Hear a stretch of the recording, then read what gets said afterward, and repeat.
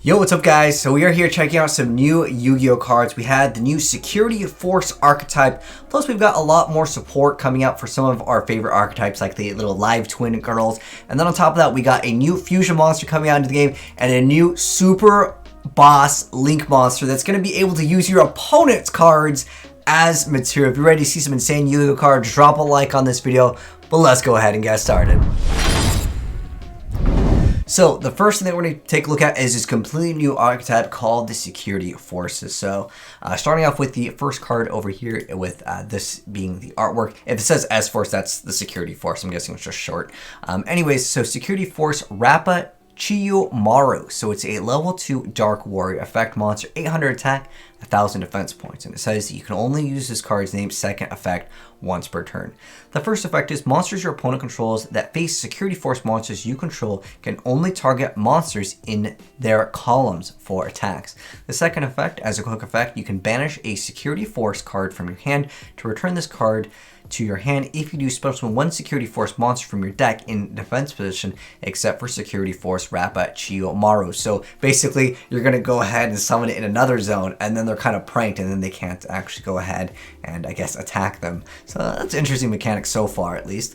Next up, we have the Security Force Professor Dagama over here. Here is the artwork on him. So he's going to be a level 3 dark with 1000 attack and 1500 defense points. And it says that you can only use this card's name first effect once per turn. The first effect is if this card is normal or special summon, you get to target one face-up monster your opponent controls and change its battle position. The second effect is the battle position of monsters opponent's monsters that face Security Force monsters you control cannot be changed except with card effects. Oh, now we're getting a little bit more interesting. Now we can move them and then they can't actually be changed. Next up though, we have the Security Force Orifice over here. Here is the artwork on him. You know what it looks like? I could have sworn, like, if you were just to show me that, I would be like, new Magical Musketeer support. Unfortunately, they're different. Anyways, this is going to be the Security Force Orifice. He's level 4 Light Cybers effect monster with 1800 attack and 1000 defense points. And it says you can only use this card's name second effect once per turn. The first effect is your opponent cannot target monsters they control that face security monsters you control with card effects. The second effect is your opponent, when your opponent activates a monster effect on the field, as a quick effect, you can banish a Security Force card from your hand to destroy that monster. Okay, unfortunately it does not negate that effect, which obviously is a huge deal. You need to be able to negate and destroy, is usually what it takes to be good in Yu-Gi-Oh. But next up though, we have the Security Force Gravitino over here, and here is the artwork on her. She's going to be a level 5, looks like a light with 2000 attack and 1400 defense points, and it says that you can only use this card's name first effect once per turn. The first effect is if this card is normal or special summon, you get to add a Security Force card from your deck to your hand, except for Security Force Gravitino. The second effect is banish any monster your opponent controls that faces a Security Force monster you control when it leaves the field. Oh, that's really good. I was gonna hope like when it attacks, they're just not gonna attack, but then you can actually make some good use out of it. Next up, we have Security Force PLA Tina. It's really strange. But anyways, here's the artwork on her. She's got 2200 attack and 2000 defense points. And she's a spellcaster. It says you can only use this card's name first effect once per turn. The first effect is if this card is normal or special summon, you can target one of your banished Security Force monsters except for Security Force PLA Tina and special summon it. And then the second effect is monsters your opponent controls that face Security Force monsters you control lose 600 attack. So effectively making this card like 2800 if you kind of want to look at it like that, because it doesn't say other ones. But anyways, next up we have their Link monsters. Let's see if their cards are actually going to be any good over here. So we got the first Link monster, which is going to be Link 3 Light with 2600 attack, and is going to be a Cybers called the Security Force Justify. So it is a Link monster with the Link zones being in the top left, top, and top right, so like the worst zones possible. But it requires 3 effect monsters, including a Security Force monster. It says that you cannot summon / set monsters to a zone this card points to. You can only use this card's name's first effect once per turn.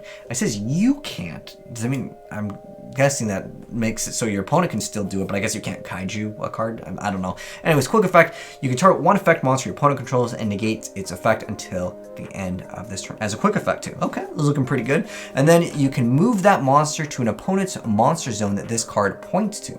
At the start of damage after this card attacks, you can banish all monsters this card points to. So that's pretty cool. Quick effect, negation, and moving something there to banish it. I think they're getting a little bit better over here, looking at it at least at the first glance here, because this is my first time checking it out. Next up, we have Security Force Bridgehead over here. This is going to be a field spell card for the Security Forces, and it says you can only activate one card with this card's name per turn. You can only use this card's name second effect once per turn. The first effect is when this card is activated, you can add a Security Force monster from your deck to your hand. The second effect is when your opponent's monster declares an attack on your Security Force monster in the same column, you can activate this effect. That monster you control cannot be destroyed by that battle. Oh, okay, it makes me almost like kind of the UA mechanic over there. Pretty cool stuff.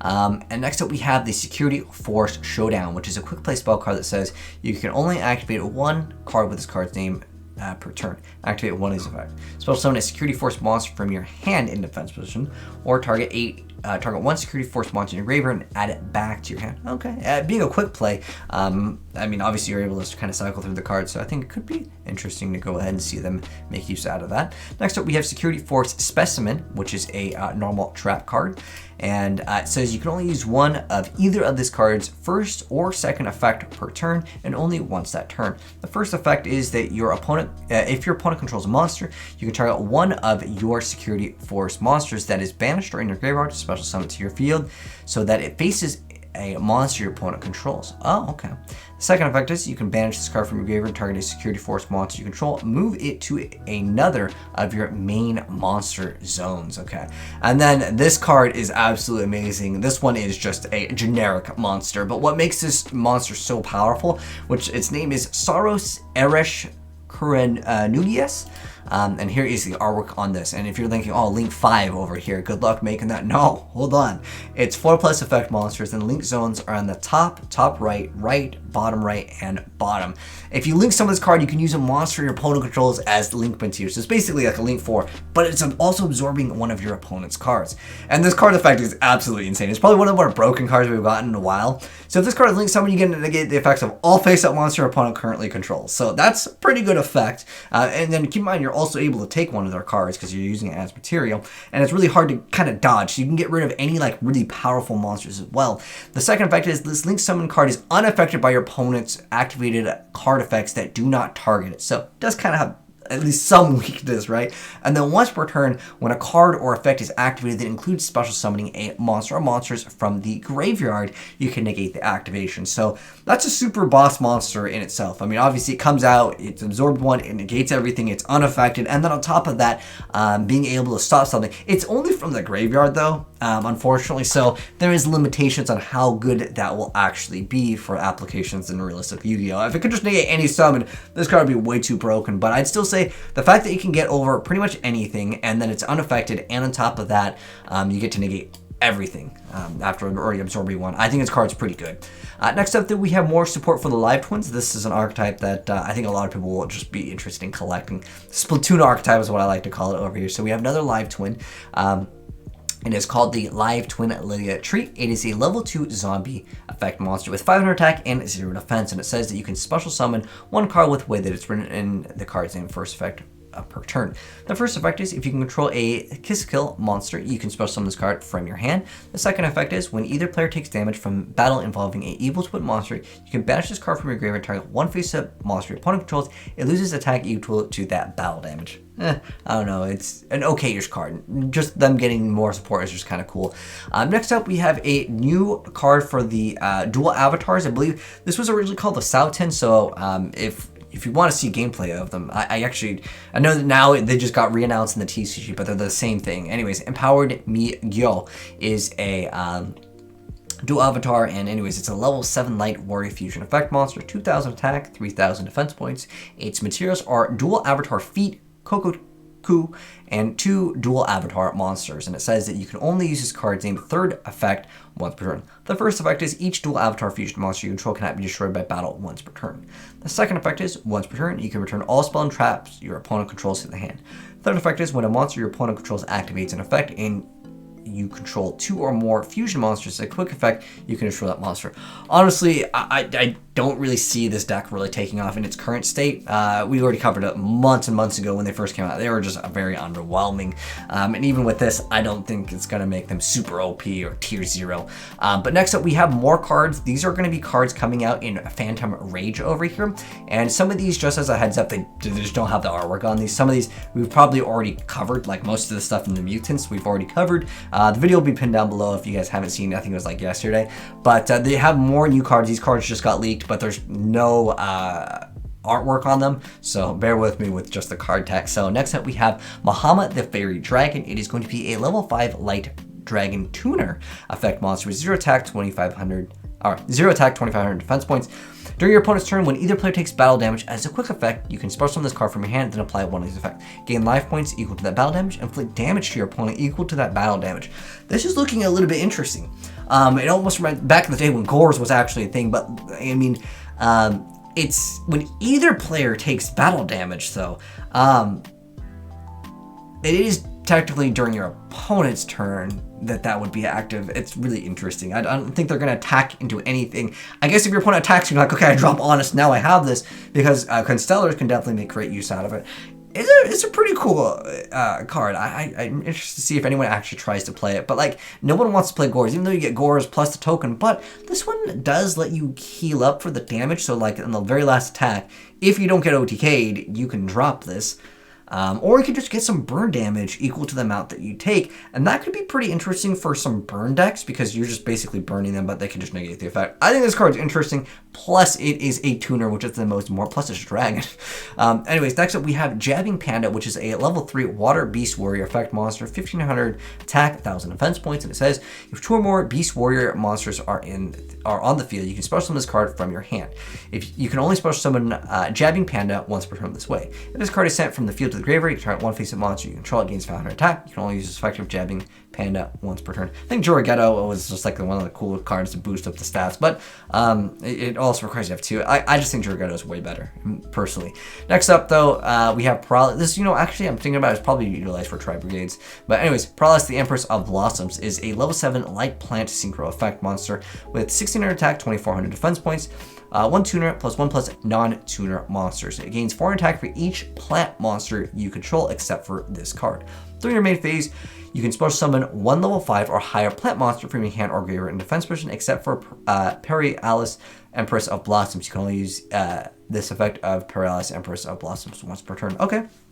Pretty cool stuff, indeed, being able to go ahead and get back another monster. Maybe you synchro, Gigaplant, get it, bring it back, activate your other supervise or whatever cards, and then go off with it. I think it's pretty cool. The downsides aren't that bad, that you can only use this effect. You can still go for other things, so I think that it doesn't limit you to specifically plants. Who knows if someone will make use of it in something else, though. Next up, we got more Mutant support. Unfortunately, again, no artwork because these cards were leaked over here.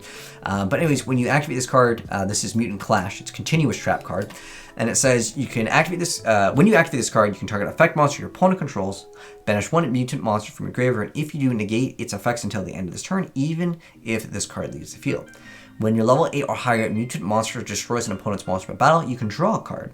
You can only use this effect of Mutant Clash once per turn. You can only activate 1 Mutant Clash per turn. I think it's like an okay, it already basically regenerates itself potentially with that effect, and you kind of want to get like 1 monster, 1 spell, 1 trap, and get them all slowly banished anyways in order to get the massive amount of free extra cards once your fusion goes away, if they don't go ahead and like bounce or whatever.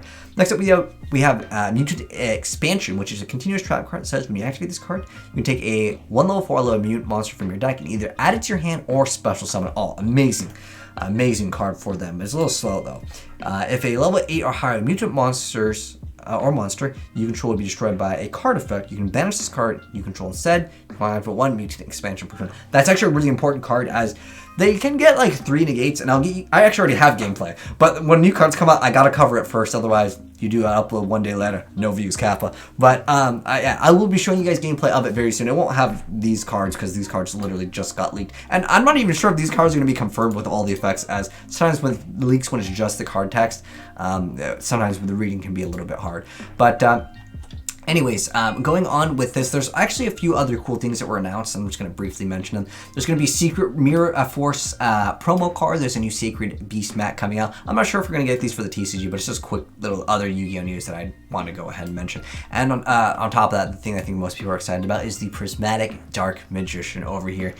Who knows if we'll get in the TCG? I'm assuming we'll get all these cards eventually in the TCG. There is that like gold rare, and I'm not sure if we're going to get like a special one as well later down the line. But anyways, guys, let me know what your thoughts are on the new S-Force Security Force archetype. You guys think they're good, they're bad? Let me know in the comment section below. But anyways, thanks for tuning in, guys. Hopefully you enjoyed the video. If you did, drop a like on it. If you're new here, make sure you guys subscribe with that bell notification run, because if you guys want to see gameplay of some of the stuff we talked about, we'll be uploading it very soon. And if you guys want to send me replays, feel free to do so at azneyesreplays@gmail.com. And I'll catch you in the next video. And I'm out. Peace.